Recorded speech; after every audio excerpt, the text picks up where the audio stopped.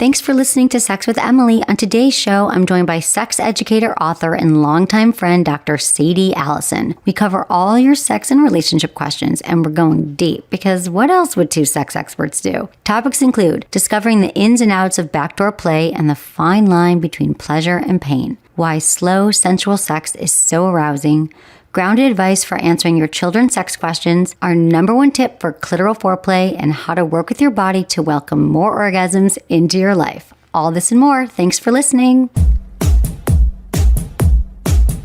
If you've been listening to the podcast, it should come as no surprise that women typically take longer to orgasm than men. This, my friends, is called the orgasm gap. And now there's something you can do about it. There's a topical treatment. It's called Promescent, and it enhances men's ability to last longer. No pills, no prescription, and no questionable claims. Developed by a urologist, Promescent isn't your typical delay spray. Instead of simply relying on chemicals that numb everything, it leaves you with plenty of sensation. Enhancing your experience is easy. You just apply it to the underside of the penis before sex. And unlike other products, once Promescent is absorbed, it won't transfer to your partner.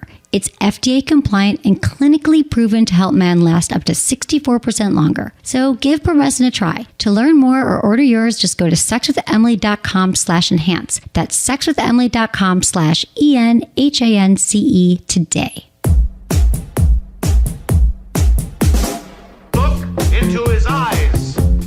They're the eyes of a man obsessed by sex. Eyes that mock our sacred institutions. Bedroom eyes, they call them in a bygone day. Hey, Emily, you got a boyfriend? Because my man E here, he just got his heart broken. He thinks you're kind of cute. A girl's got to have her standards. Oh, my. Do women know about shrinkage? Isn't it common knowledge? What do you mean, like laundry? It shrinks? Can we not talk about sex so much? Are you kidding me? Oh my God, I feel so bad. Being bad feels pretty good. But you know, Emily's not the kind of girl you just play with. You're listening to Sex with Emily. We're talking about sex, relationships, and everything in between. For more information, go to sexwithemily.com. You can check out our website, our amazing blogs, and all of our sex and relationship advice. And follow me on social media, because I love seeing you there and hearing from you. And we just did 14 videos leading up to Valentine's Day that you could actually use any time of year. And I think you will. You guys have really enjoyed those. So it's all at Sex with Emily on Instagram, Facebook, Snapchat, and Twitter. So please follow me there because it's a good time. Oh, one more thing I want to mention to you guys is it really helps when you guys review the show. And I know you guys listen to it and you enjoyed the show and you're already there on your phone. So whatever app you use to listen to podcasts, if you would just review us and go in there, we read them all. I love getting your feedback. We so appreciate when you take like 2 seconds out of your day to do this. Okay, I hope you enjoyed today's show with Dr. Sadie Allison. She's amazing. We met way back when I first started and it's going to be a great show. So thanks for listening. I'm excited to welcome my guest, Dr. Sadie Allison. She is America's pleasure coach, a sexologist, a sex educator, a dear friend of mine, and she's the founder of TickleKitty.com, a website and a pleasure boutique, and she's the author of some of my favorite sex books. I've talked about them on the show, and I'm just so glad that you're here again. You've been on the show.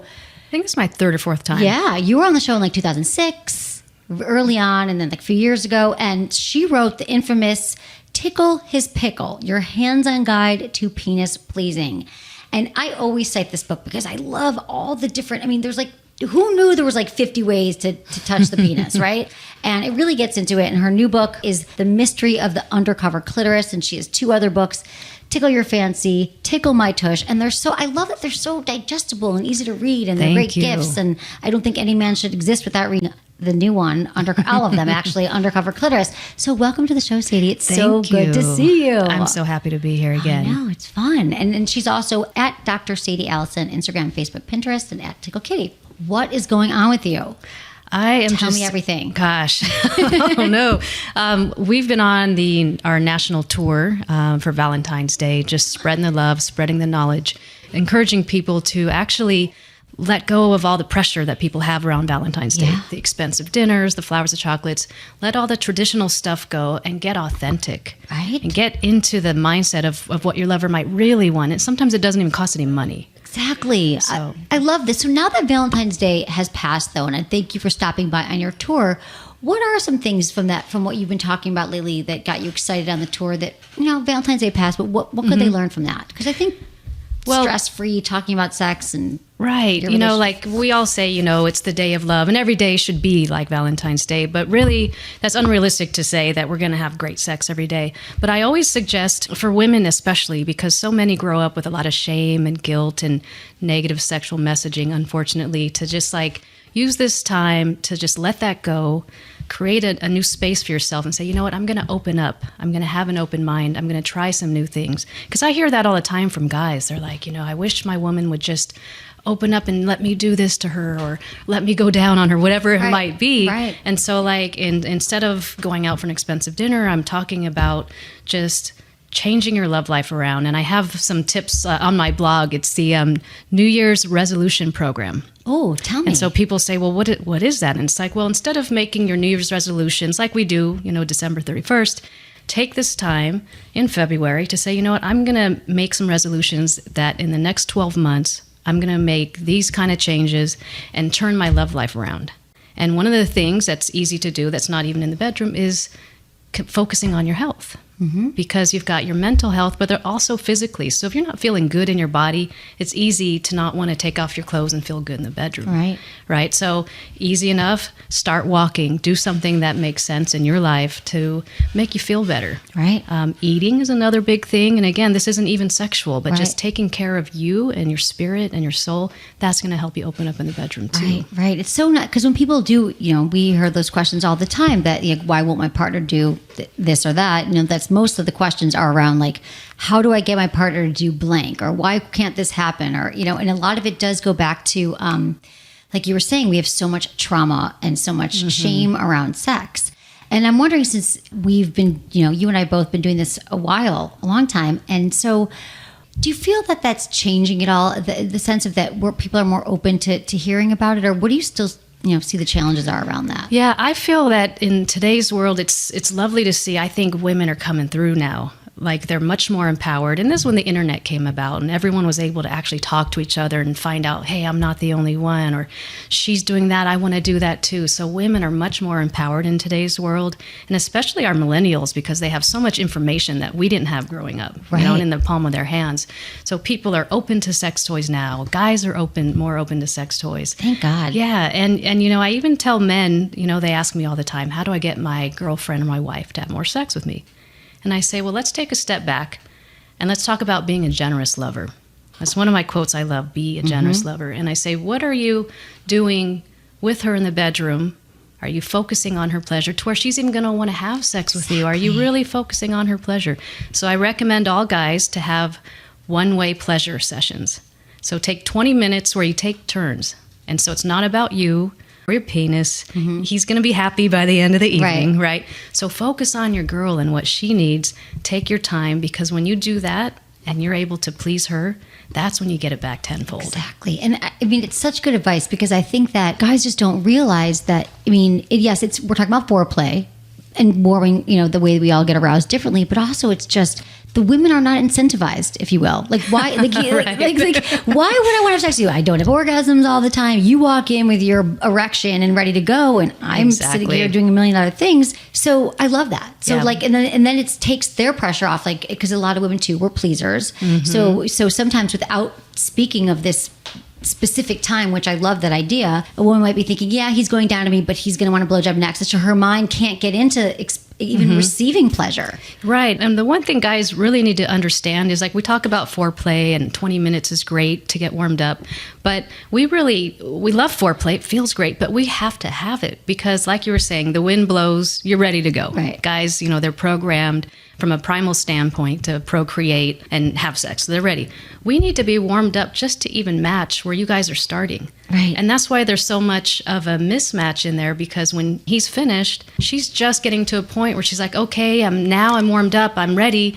And he's already fallen asleep. Exactly. So if you get her warmed up for 20 minutes, so she's got blood flow to her genitals, she's getting excited, give her an orgasm or two before you even go for the gold. Right, exactly. Call it the gold. Right.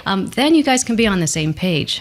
Yeah, she comes first. You know, like I think like Ian Kerner's book, but your book I love, because this undercover clitoris, I just thumbed through it, if you will. And that's a technique. What I love, it is a technique. But what I love about this is that if guys are sitting there going, well, 20 minutes, what am I going to do? Like, this is to give such great very specific tips, lovely pictures of the vulva and Thank finger you. movements. It is a lovely place. Yeah, so I think once you get in there, what about guys who are like, 20 minutes, we don't have it, we have kids, we're super busy. How do you have 20 minutes every time? I mean, a quicktie's okay sometimes, Sure. but we need to make the time. Yeah, you got to make the time. It's that important. It's her pleasure. And if you really want to please your lady, you have to do it. So the question you just mentioned, I get that a lot about men, but what about the women who are like, I have a low libido, I'm never in the mood for sex. What do I do to even get in the mood? And a lot of times I think it's not even that you have a low libido, you just don't understand arousal, desire, and really how to get yourself turned on. Because sometimes women who are just out of the game, where they're not thinking about sex, they're not masturbating, they're not touching it, they're not even top of mind, and then sex comes along, they're like, what? So what do you recommend to women to be more embodied? Right. I think both people have to take responsibility for that. Like you were saying, she owes it to herself to do some of it, whether it be wearing a new pair of sexy panties that morning, or masturbating and kind of getting yourself in the mood, taking long showers and playing music that you like, and doing things like that make you feel sexy. And then also, guys still need to understand that she needs a little help, and he's got to take her time, like we were just talking. Right. So really, for people to come together, it's understanding each other and communicating. As I think you've said this too, communication is lubrication. Yes, it is. And women, our biggest sex organs are our brains. And so if men can understand that, and it's just the little things. Like, for example, if he got up one morning and got the kids off to school for her, right, or went down to the corner and got her favorite cup of coffee and brought that back. Those little things that a man can do, right, that's going to get her juices flowing more than you realize. Exactly. They don't understand it, right? I mean, that's all so true. The little things, and communicate about it. What do you think it is, though, by couples, as much as I've been saying this and you've been saying this for years, why do you think it's so goddamn hard for couples to even talk about sex? People weren't role modeled. When you think about like baby boomers and having parents that came from generations where we may have grown up not seeing our parents communicate at all, that gets passed down, right? So someone's got to be the champion in the relationship and make that happen. And I even suggest for guys, like when it comes to oral sex or touching a clitoris, like I have in the Undercover Clitoris book, open up the dialogue for her. Because women, we can be really shy, intimidated, don't want to hurt his feelings, all those things. So if you're touching her clitoris and you were proactive and said, honey, how does that feel? Do you want me to go slower, faster, to the left, to the right? And give her easy yes/no questions. Right. Because if you say, how does it feel? She might just say, fine. Good, fine, it's great. It's I'm a good. pleaser. It's fine. Yeah. Oh, fake orgasm. No. Right. So really care about her pleasure and make it easy for her, because, you can help her. And we look to our partners to help us feel safe and comfortable. So I encourage guys to kind of put yourself in her shoes and make her feel comfortable, make it easy for her to open up. Yeah, so true. Sadie, what do you think has changed in the last, let's say, 15 years with sex? Well, we've been in it. So what do you feel? People opening sex up. relationships, more so. But now there's so many like subsets. There's the pansexual and the asexual and the gender fluid, and it's almost too overwhelming. Like even our teenage daughter comes home from school and feels like she needs to identify with one and like say that she's something because of the peer pressure at school. Yes. Even though, she came home one day and she said, I think I'm pansexual. And I said, well, actually, you're nothing sexual right now. Right. You're a non-sexual. You will be a non-sexual. You are non-sexual. She's 13. She's 14. Okay. Almost 15. And it's cool, though, because, the kids are so open and they've got so much more knowledge, and they can, for the ones that do want to identify, know where they are. That's great, and they can bond with others. But I think because sexuality and the internet and everything's so, polyamory, it's so big now. Right. And I think it can be confusing for the younger kids. I'm so good. Yeah, absolutely. But when did you start talking about it? What have you found that's useful? Well, as early as they start asking questions, which is, 6 or 7. They're hearing stuff at school or they're seeing stuff. And, the average age that a kid sees porn now is 11, whether it's on their phone or one of their friends' devices. So I'm having conversations with them as soon as I'm learning that things are coming up. And they're asking good questions, too. And, like, what are they asking? Like, tell me what has surprised you. Gosh, well, this one's more silly, but my 11-year-old said, Mommy, what's a slut? And I said, well, that's kind of a girl that sleeps around with a lot of guys. She goes, well, isn't that a hoe? And I'm like, well, actually, yes. They're kind of the same thing. Right. Did you get into like slut shaming and how like slut? It's not even really like, I don't know, a thing. But I get it. So that was her first thing. Yeah. But what I do is whenever they ask a question like that, and it usually has a negative connotation, that kind of thing, I always give them the other perspective, because they're going to continue learning things and hearing things from their friends. So I always want to interject so they have a good perspective, that a whole different way to see it. So she asked me about the slut thing. And I said, and actually, Sienna, that's something that women do, but it's not always a bad thing like it might seem at school.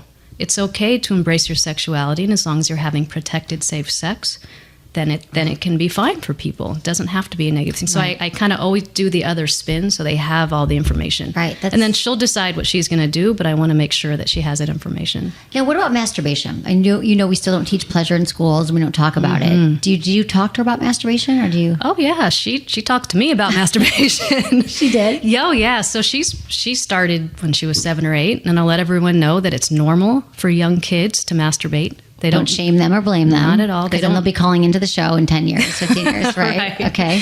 They don't know that it's sexual. They just know that it feels good. So I say, honey, I saw her on the living room couch doing. I'm like, okay, it's time to talk. Right. So I walk in there and I explain, that's, what you were just doing. I know that feels good. Mommy has that spot too.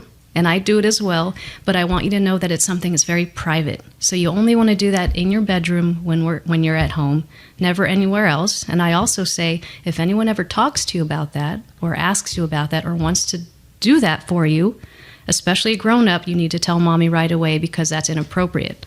So I want to let them know just that, there's other things out there to really understand, even though she, and I reiterate that every year, because I want her to understand that it's okay, it's safe, and no one else should be involved. You know what I love about that, Sadie, is that I feel like people of our generation were like, oh, yeah, my parents had the sex talk, and it was a talk, and it was once, maybe, and the parents think they have it covered. But you're like, it's ongoing. If you do say it every day, every year, every month, that's how we learn, Absolutely. And the rule of thumb is you give age-appropriate responses. Right. And each year is going to get deeper and more information. So my oldest daughter, I learned that she had seen some anal sex on some porn on someone's phone. And so I knew right then and there, as soon as I got that information, that I wanted to, again, give her the other perspective on what that really is. So I explained what adult entertainment is, and that is a good thing too, but it's for grown-ups, and it's for a certain thing. Mm-hmm. And then I also went on to explain that is another erogenous zone, and that's something that grown-ups do.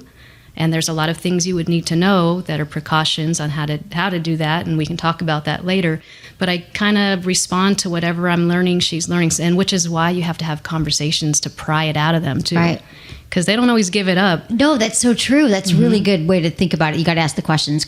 Right. It's really disservicing your kids if you're not asking those questions. Because if you don't tell them, they're going to learn it from their friends or porn. What do you think is the most misunderstood thing about the clitoris, or what do you think people really could get from this that they don't know? Well, it's really just going slow and gentle. Here's an analogy. A lot of guys, they're heavy-handed. They might be used to touching themselves, which can be a lot firmer, stronger, and faster than what a clitoris wants.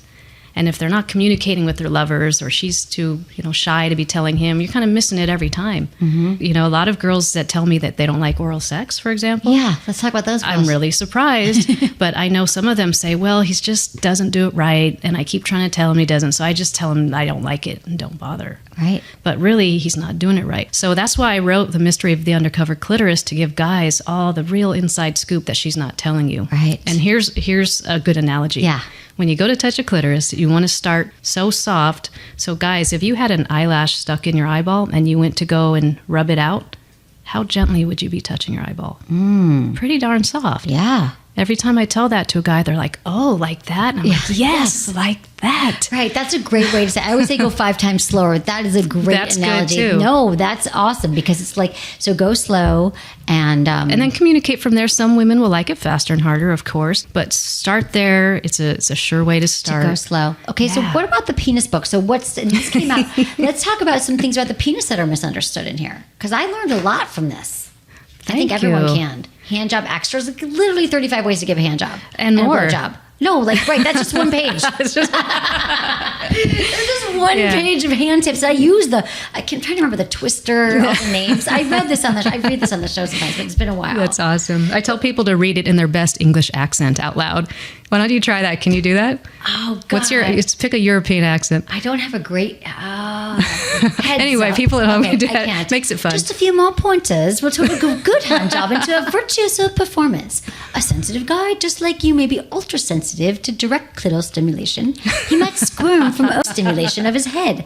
See how he reacts. Squam. Uncircumcised. So tell me what don't we still...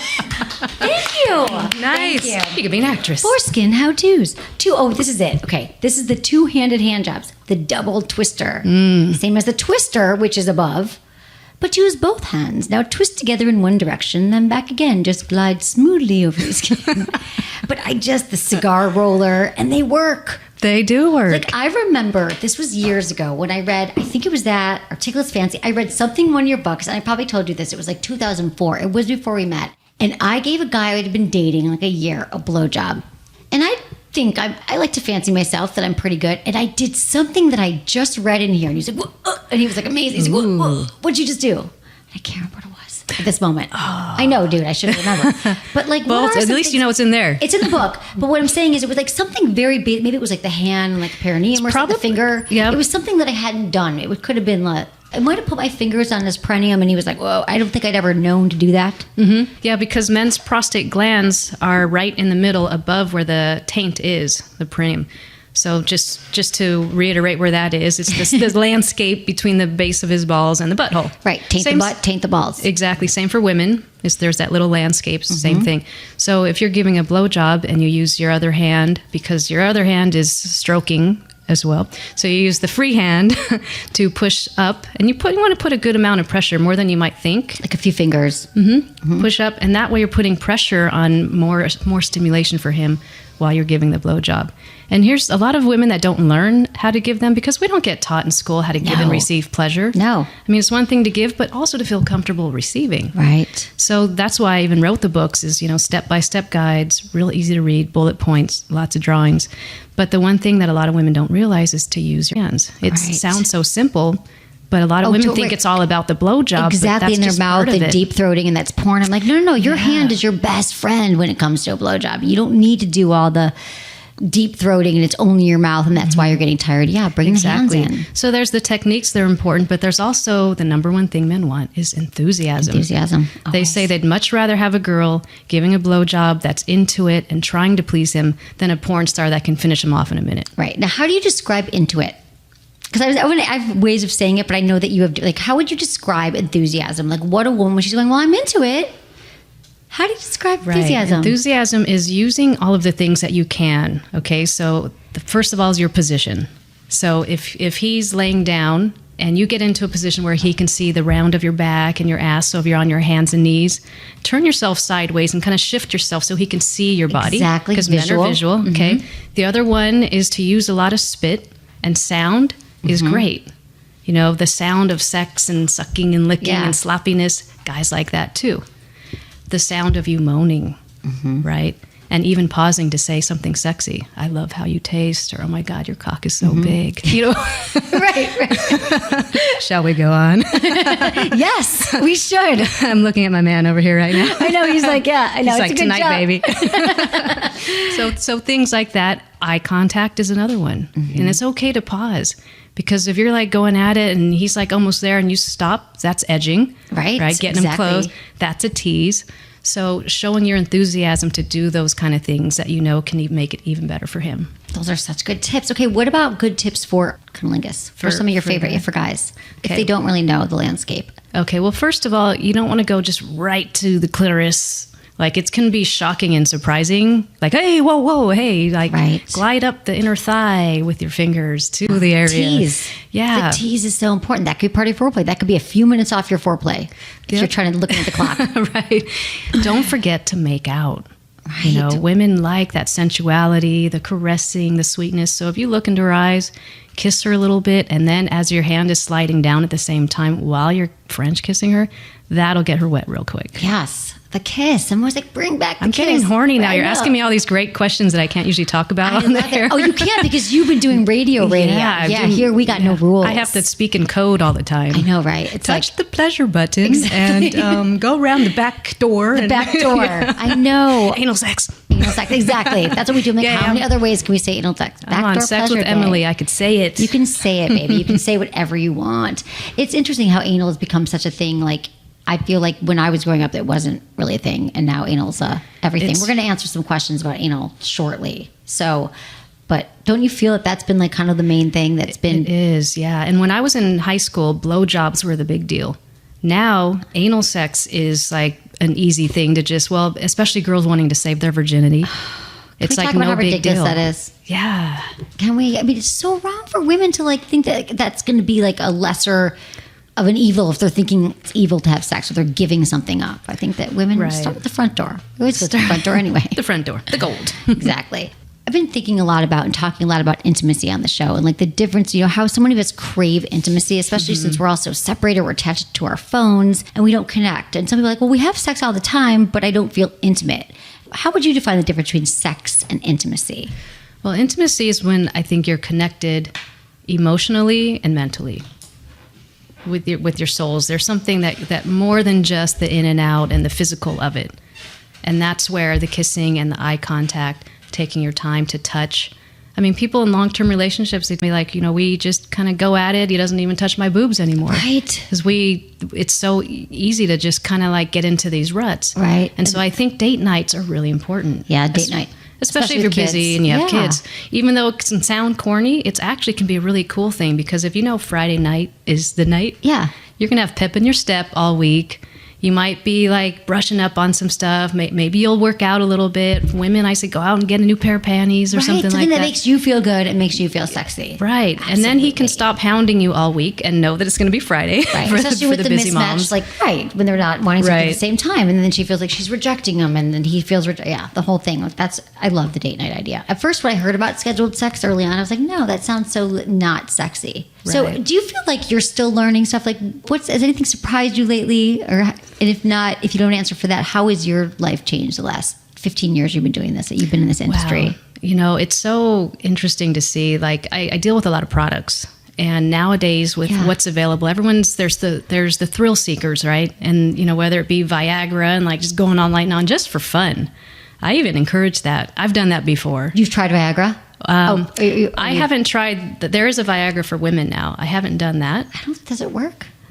I'm not sure. Right. I haven't talked to anybody. I don't know. Right. I know, like you can create blood flow. Right. Yeah. But you still have to have everything else. True. But for men to take Cialis or Viagra, it could be a lot of fun to like make your date night, because for men that either have erection issues or poop out early when she's just getting started, you can go all night long. Right. But if they don't really need it, would you say that recreationally? Like, it's fun. Why not? Why not have the drug? Yeah. I mean, John and I have done it before, and he's like, I am man, and he's like, wow, look at me. Right. So Viagra came about. It's just fun for the thrill of it. Right. What about what about toys? What's your favorite right now that you've been using? So they've changed a lot. Well, since not we started that I've been using, but the e-stim stuff is really interesting. Oh, I got some of their. Tell me about that electric stimulation. Yeah. So they've got these wands, and it's got like the blue light that goes through it, and thankfully you can have it on low. Right. But there's all kinds of different attachments, and there's like these little taser sticks that are out there now that just like the type of stimulation that people are enjoying. It's like to each their own. Right. For me, I don't know. It scares me. Right. But to others are like, I have an employee and I give her free toys and things. Right. And the one thing that she finally bought with her own money was an e-stim kit. Wow, you're like, never would have known that. I was like, this is where you'll actually spend some dough. Yeah, okay. exactly. I got it. Interesting. I mean, and what do you say to people who still think, because I feel like it's gotten better over the years that we've been doing this, but they're like, I want to try a toy, but I'm afraid, or, my partner's going to judge me, or I don't even know how to start the conversation. So how would you cover both of those? First of all, are men who are still threatened by toys, that whole conundrum? One of the easiest things to do is to get a vibrating cock ring, something that you use together at the same time. Right. That way it's even, it takes the pressure off of her that it's just a rabbit or something. And now he gets stimulation that he's never felt before, because cock rings are great. They're great. The men never feel vibrations. And you're like, whoa. They love the vibration. It makes their dicks bigger. It makes their erections last longer. And when he comes, it's super explosive because it's got to make it through that tight ring at the base. Yeah. So if I were a guy and I can enhance my orgasm, shit, why not? Right. They don't realize the potential for enhancing orgasm. I love the WeVibe Pivot. Have you tried it? Stretchy. It's I haven't. I've seen it though. That looks interesting. Yeah, it's a fun one. It's a fun one to play with. That's where your penis and the balls go through, right? Yeah. No, that's the verge. Okay. Yeah. Yeah, but the pivot is just a cock ring. But I love it too because it's like it's a clitoral as well. Like I just use it as a clitoral vibrator. So it's a good travel vibe because you can do either way. Nice. Is what I think. So Sadie, I need you to answer the 5 questions that we ask every guest. I need you too, honey. I need you, honey. And then you're gonna answer some emails from listeners. So Great. I love that you're here. Okay, ready? Mm-hmm. Your biggest turn on. Sensual, slow touch.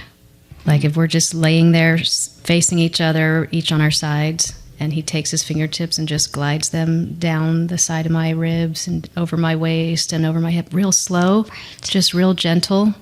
I just got turned on by that. That's true. Biggest turn off. Going too fast. And also only letting me have one orgasm.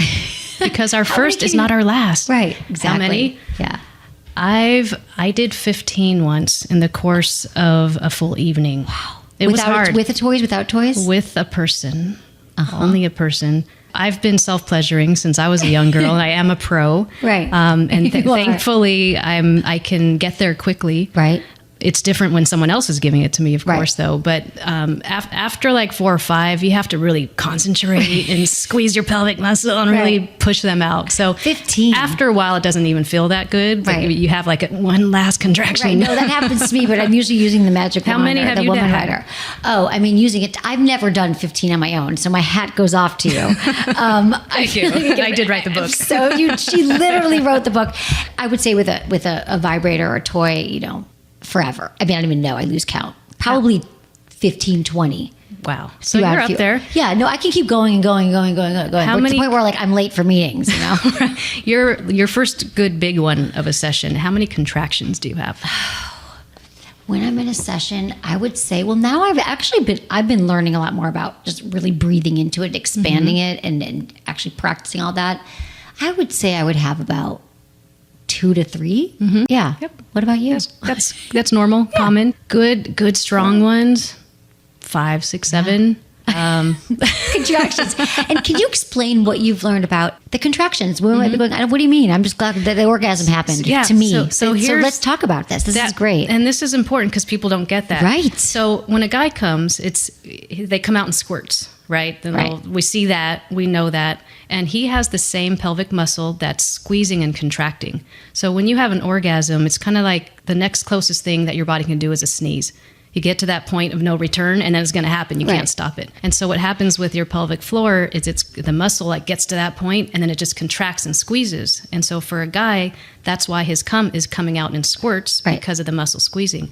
So for women, the same thing happens. We just don't see it. Right. So when we're talking about contractions, it's the pelvic muscle. You reach that point of no return of your orgasm, and then it's releasing and having the orgasm, and it's that muscle contracting. And you keep contracting. You pump your Kegel muscles. Right. Doing it. And does it on its own for the orgasm. Yeah. And then you can kind of keep pumping it and push them out. Exactly. That's what I've learned. That's why strong Kegels are very, very important. Okay. We'll get back to your questions. Sexiest part of your partner's body? I would say, God, he's got great legs. My man is a swimmer. He's a lifetime swimmer, and he swims out in the San Francisco Bay. Oh, wow. With just his little trunks on and a cap. God, it's so it's cool. like in the 50s. Shivers. Yeah. It's at the Dolphin Club down at the Fisherman's Wharf. Oh, I used to live right near there. Oh, yeah. So it's an old club, been there since the 1800s. Yeah. Super cool. So he goes out there and he'll swim for like a half an hour in the freezing water. Oh, my God. But it's super healthy for your body. Yeah, it's It, so good for wakes him. you up. Yeah, so he's great. got really nice legs. Yeah, I love it. Craziest place you've gotten busy? On a golf course in high school. I think we went to a kegger, and I lived near a golf course, and I remember the next morning I had grass in places that I shouldn't. I love it. Okay, so last question is, what's the one thing you wish you could tell your partner about your body's needs, which I'm sure you've already done, or you can say, what's something that a partner has taught you about your body's needs that you didn't know, although you're so profesh. I mean, you've been doing this. I was a late bloomer. I wasn't like you, the girl always talking about sex. I went into it, the back end. Double entendre there. No. I don't know. Like I've known my body for so long that I don't know that anyone's taught me anything new. I'm sure. Yeah. That's why I knew you couldn't answer that. That's what I love about you. That's why I admire you. I don't want to make anything up. No, and you never would. You're amazing. Dr. Sadie Allison. It's so fun having you here. So stick around. This has been awesome. You can check it out at ticklekitty.com, and then we're going to come back and answer emails. So thank you for being here. And thank you everyone for supporting our sponsors. They're awesome, and so are you. We'll be right back. Thank you. You often ask me about new ways to connect with your partner and keep things super hot. Well, I've got the solution that will add adventure to your sex life in all the right ways. The Jive from WeVibe is the perfect way to experience discreet pleasure that you can wear alone or have a partner control. It's an insertable vibe that allows you to feel pleasure wherever and whenever. And when you pair it with the WeConnect app on your phone, you can cycle through the Jive's 10 vibration patterns. Wear it on your date night or running errands. Hey, there's no rules. It's also fun to build custom vibes so you experience different sensations, or hand control over to your partner and let them surprise you, whether they're across the table or across the country. And because it's from WeVibe, you know this thing is packing the power. To get your Jive, visit sexwithemily.com/WeVibe. That's my site, sexwithemily.com/WeVibe today. If you've been listening to my show for a while, there are two things you hear me talk about all the time: toys and lube. And you also know I always suggest using them together. But what you may not know is that System Joe now has a lube specifically designed for toy use. Joe's H2O jelly clings to the surface of toys longer, so you don't have to worry about reapplying as often. Somehow they've managed to give it that extra staying power without being overly sticky, because who wants that? And since it's water-based, the cleanup is super easy. It's made with toys in mind, but the jellies are also great for couples play. Joe jellies come in 3 thicknesses: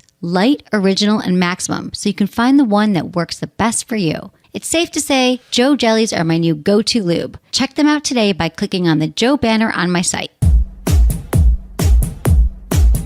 All right, emails. Dr. Sadie, here we go. If you have a question you want me to answer on the show, I will answer it. I will. We love hearing from you. We read all of your emails. It makes us so happy. And if you want to email us, you can text us.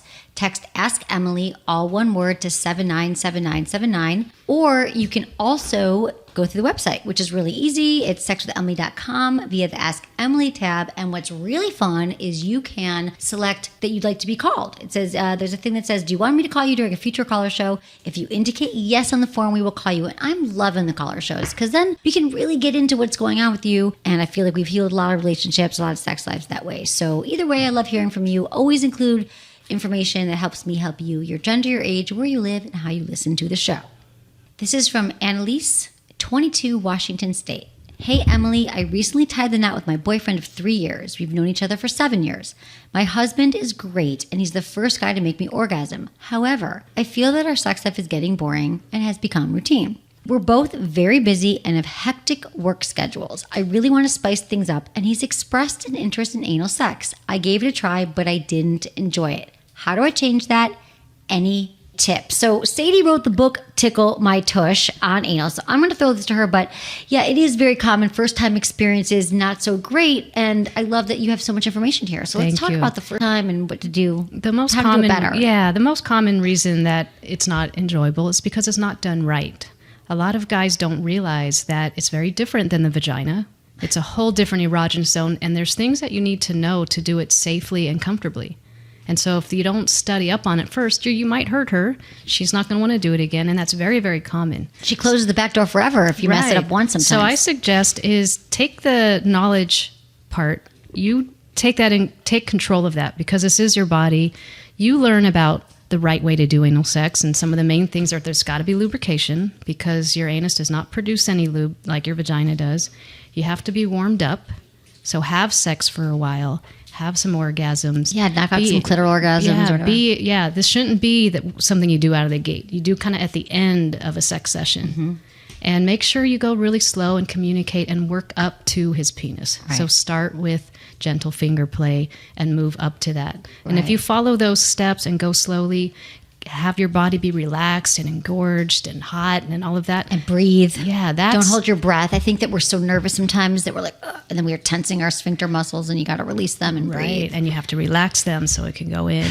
And at first, when you're first getting into anal sex and getting used to it, it can be a little bit uncomfortable. Yeah. But it's kind of also be that hurt so good feeling. Right. Where if you're fully relaxed and you're lubricated, you can actually turn that little bit of that pain into pleasure. I think that they could also, if you want to try it again, you could start with his fingers next time or using a butt plug or something like that. So you just get used to that fullness. And you take it upon yourself to learn these things. Get a copy of Tickle My Tush, read up on it. It's real easy to understand. And then you guide him, and then you take control of your own pleasure. Mm-hmm. Pleasure. This is Christy, 23, from Florida. Hey, Emily, I can orgasm when I masturbate, but I've never been able to orgasm during sex. It's really frustrating. I often fake my O because I feel bad for my partner and they can't get me there. Since my youth, I've been masturbating by humping a pillow, and I can't seem to get that same pressure or stimulation on my clit during sex. When my partner even rubs or licks my clit, it doesn't feel like much. It led me to not really care or like having sex because it doesn't feel as good as pressure from the pillow. I'm really frustrated and I want to hear your advice about this. Thank you. So yeah, this is Christy, 23.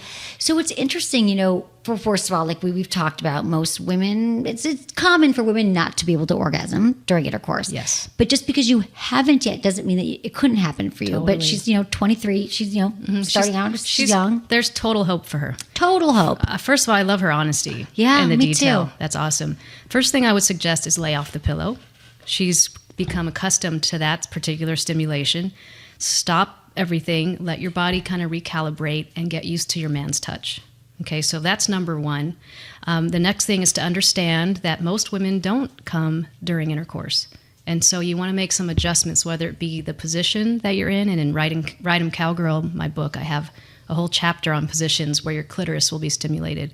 But she should also bring either a sex toy into the picture or use her own hand and fingertips to massage herself the way she likes with the right pressure, and at least start having orgasms during intercourse. And then she can start to teach her guy. Right. Because guys typically want to please their ladies. They just kind of don't know how, and women aren't speaking up. Right. They're not speaking up, and she doesn't know because the pillow's not there. But that's a great thing. Ease off of the pillow. Absolutely. Because there are other ways. Totally. Yeah. And don't give it might not happen the first night, the first week, the first month. Like, you're retraining your body, and it doesn't mean you can't end with humping the pillow. Like, maybe I always say, like, start out and try all these other things. If it doesn't work and you want to orgasm, you go back to the pillow maybe towards the end. I think if you just can't give up the pillow. But then our goal is to wean you away from the pillow. Right. Recalibrate. Yeah, that's really true. Because otherwise leaving your guy out and it's going to stay that way. Yeah, so we don't want you faking orgasms. Yeah, give him the opportunity. Yeah, no faking. No faking.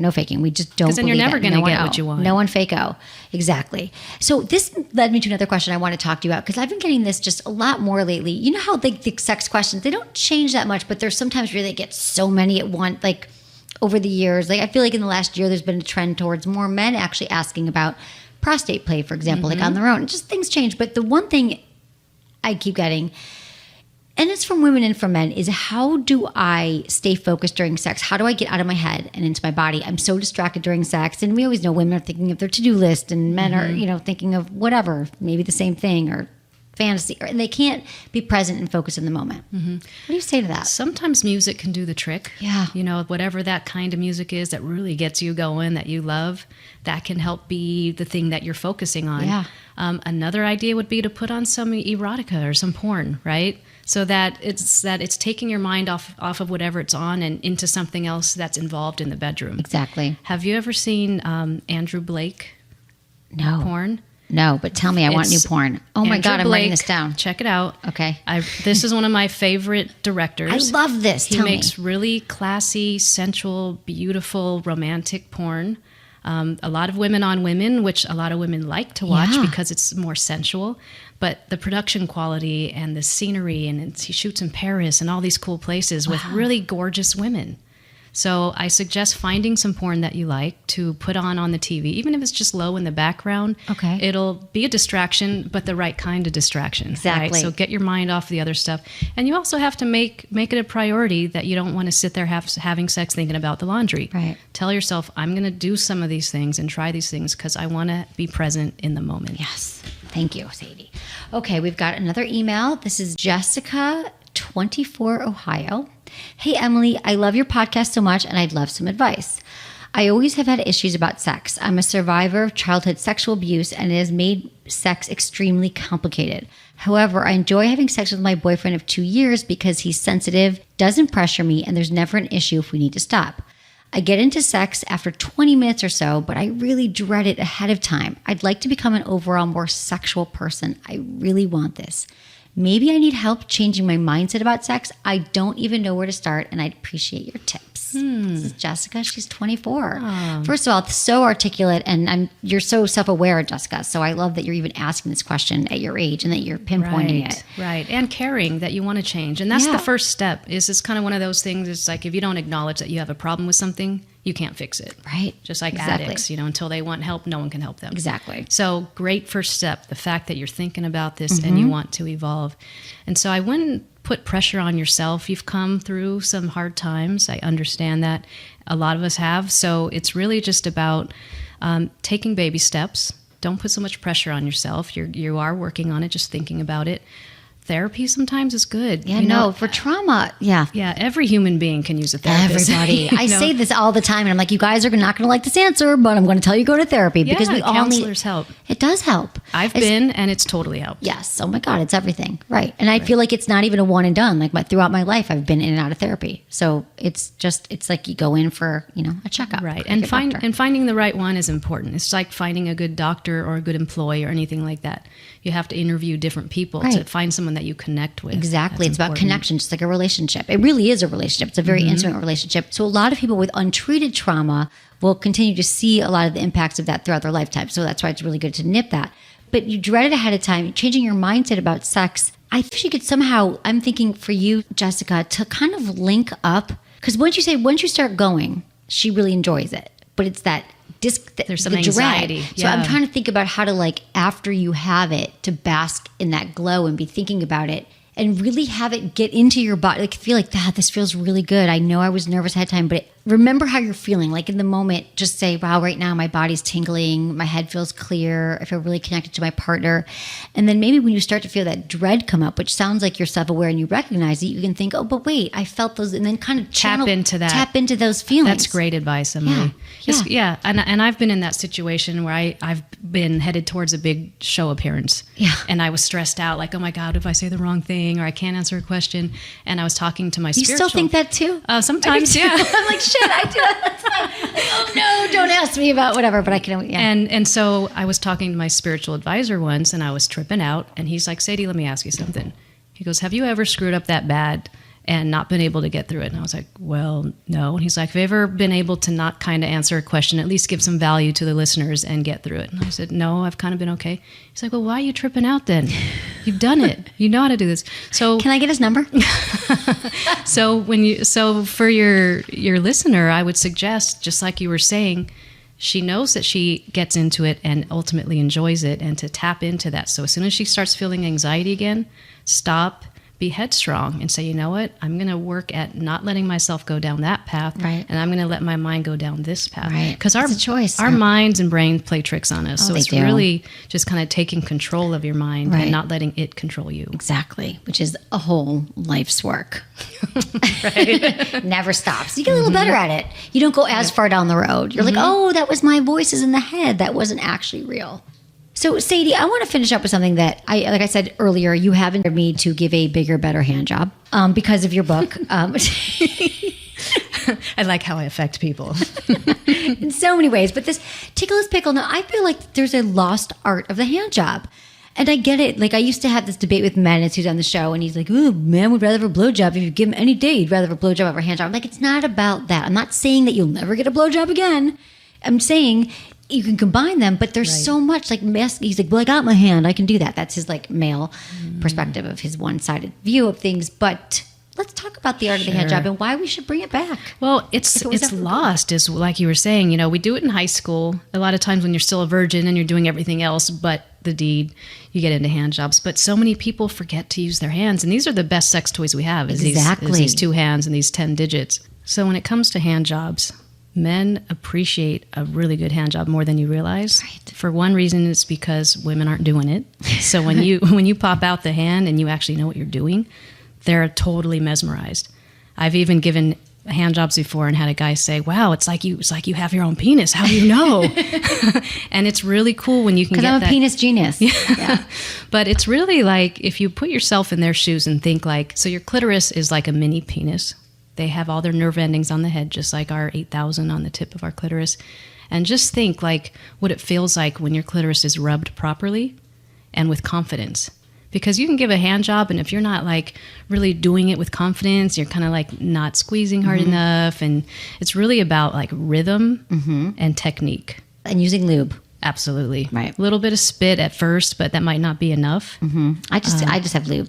I have vats of lube in my house. So Vats of lube. Suitcases of them. Right. So let's talk about it. So the hand job, just some things that people might not know about different techniques. Okay. Well, first of all, you can use both hands, and a lot of women leave that out. And twisting. Twisting is so important.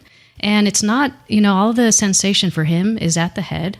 Doesn't mean you want to stay at the top the whole time, but you definitely want to focus like on the top third of his penis, especially when you're trying to make him climax at the end. Right. You kind of do the go over the head thing too. Up and down. But you want to make sure that you want to make it like it's foreplay and have a variety of sensations.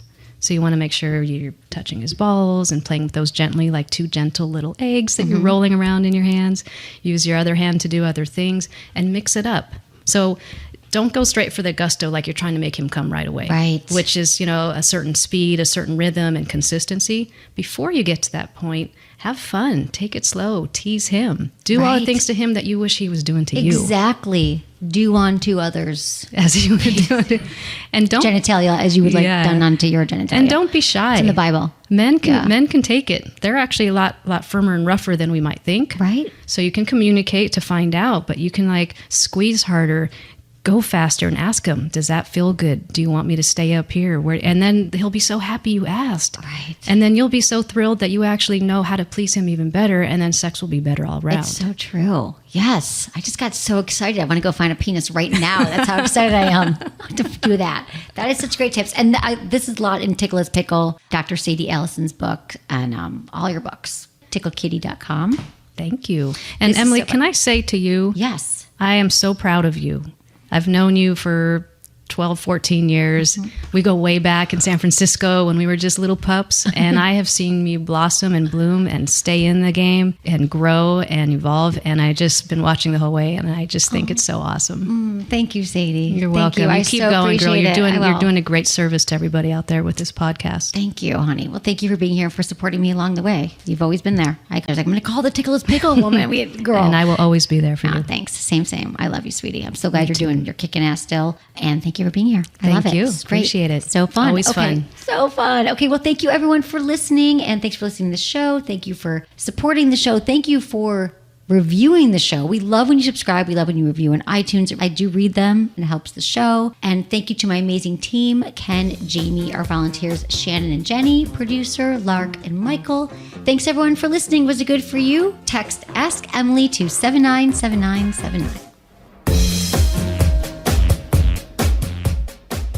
I love when I run into listeners of the podcast in the real world. You always ask me great sex questions, and lately you always ask me, is the womanizer really that good? Which doesn't surprise me because womanizer is still the top search term on sexwithemily.com. The good news is I could talk about it all day. I call it the clit whisper because it seems to know exactly what I want. And I didn't think they could top the womanizer to go. That's the one that's shaped like a lipstick. But guess what? They did. The latest womanizer is called the Starlet, and it is so cute. It's got all the power of the original, but it's super tiny, and it literally fits in the palm of your hand. The womanizer uses patented pleasure air technology to indirectly stimulate your clitoris with gentle suction and air pressure. It just feels so good. It is so effective that some women have an orgasm in 60 seconds, if you're into that sort of thing. And if you haven't tried a womanizer, this is the time. There are a bunch of different models, but trust me, all of them are the sure thing. To order your Womanizer Starlet, click on the Womanizer banner on my site or find it at goodvibes.com/Emily.